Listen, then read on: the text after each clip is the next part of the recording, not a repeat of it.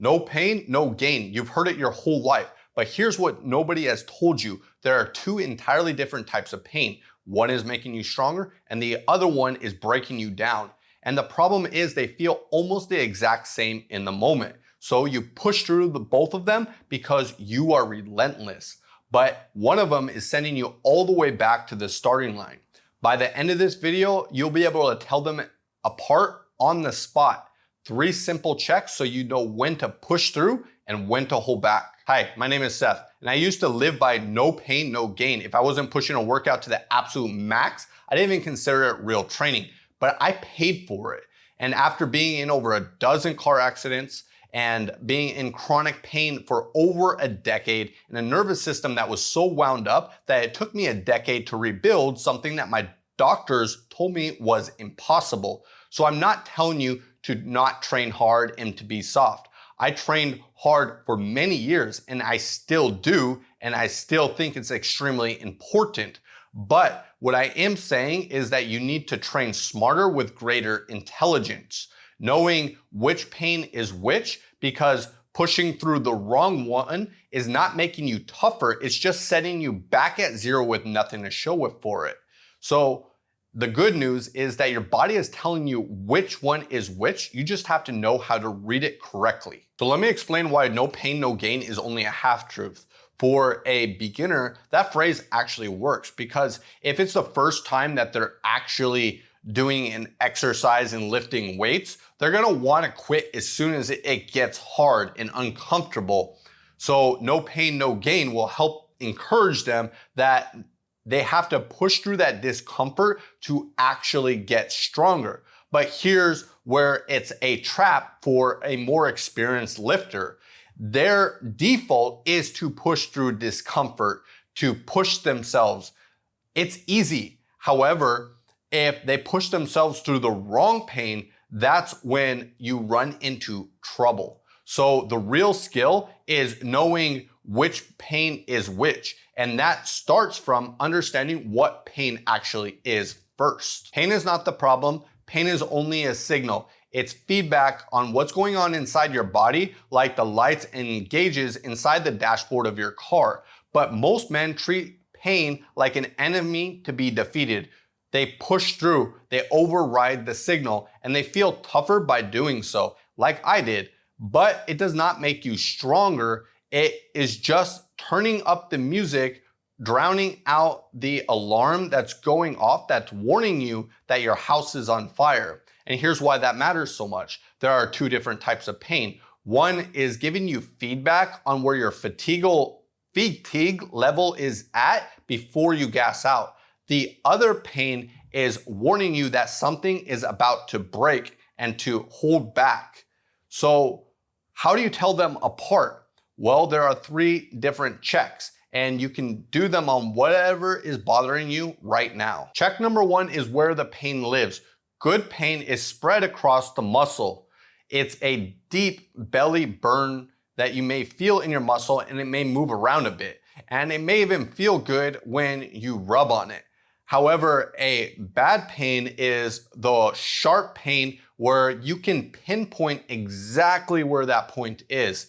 And you feel it in either your joint, your ligament, or it might be deep underneath the muscle and you won't be able to actually touch it and feel it when you press on it, but you know exactly where it's at.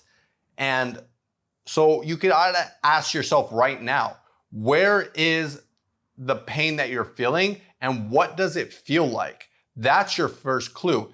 And telling you where your pain lives, that tells you a lot, but the next clue of which direction it goes is gonna tell you even more information. Check number 2 is which direction does your pain go as you move. So if you are cranking out reps, you're warming up and you start to feel your pain fading, you feel like you can move better and less stiff, that's a good thing. However, if your pain is sharper and as you progress in your workout or moving, then it's getting even stronger and that pain will start to tighten up surrounding areas. You might be guarding that area and not moving very well, that is a sign of extremely bad pain. And that signal getting louder, that pain that you're experiencing, is trying to warn you to stop. And most guys will push through that, but it's not a thing that you want to push through because it's gonna create a bigger problem. And you're going to feel it the next day, which is the better check, which is check number 3. How do you feel 24 to 48 hours later? Because that makes all the difference. Do you have just a normal soreness that you feel after working out? That's completely fine. But is it sharp pain in the same exact area? Or are you extra stiff in the surrounding areas? That's your nervous system locking you down so you don't move and make the situation even worse. So how you feel after 24 to 48 hours is the most important, but what you do after that is going to be an indication whether you're going to make it worse or better. So don't resume your normal training if you are experiencing that negative pain. You can give it 24 to 48 hours more to see how you feel. And I would recommend actually moving and not stopping altogether, dependent on the severity of how bad it actually is. But if you rest too long, that can be a whole nother animal in itself that makes it even worse. And I'll link a video that goes more in depth on that in case you want to know further. But as you get better at knowing your body, you'll be able to jump to certain remedies that you know actually work better to speed up this process. If I had known the way to understand the difference between these two different types of pain and when to hold back and when to push through it, it would have saved me years of pain and agony. But instead, I took it to the extreme. I overrid every single time my body was telling me to hold back.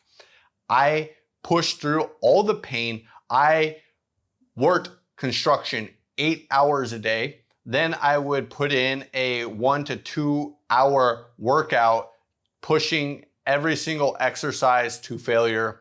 Afterwards, I would spend my evenings running a business and sleep for only 4 hours of sleep. And I was proud of that. I was proud that I could overcome all the pain that I was feeling. And then on top of that, in this time frame, I got into many different car accidents and I continued just pushing through, even though my body was telling me to stop, until to the point where I could no longer even walk to the bathroom without help because my body started to experience so much pain. It turned up the volume so loudly that I could no longer ignore it. And it took me years. Something that doctors told me was impossible was to rewire my nervous system because it was wired so strongly that even my newborn baby just touching my arm sent shooting pain through my entire body.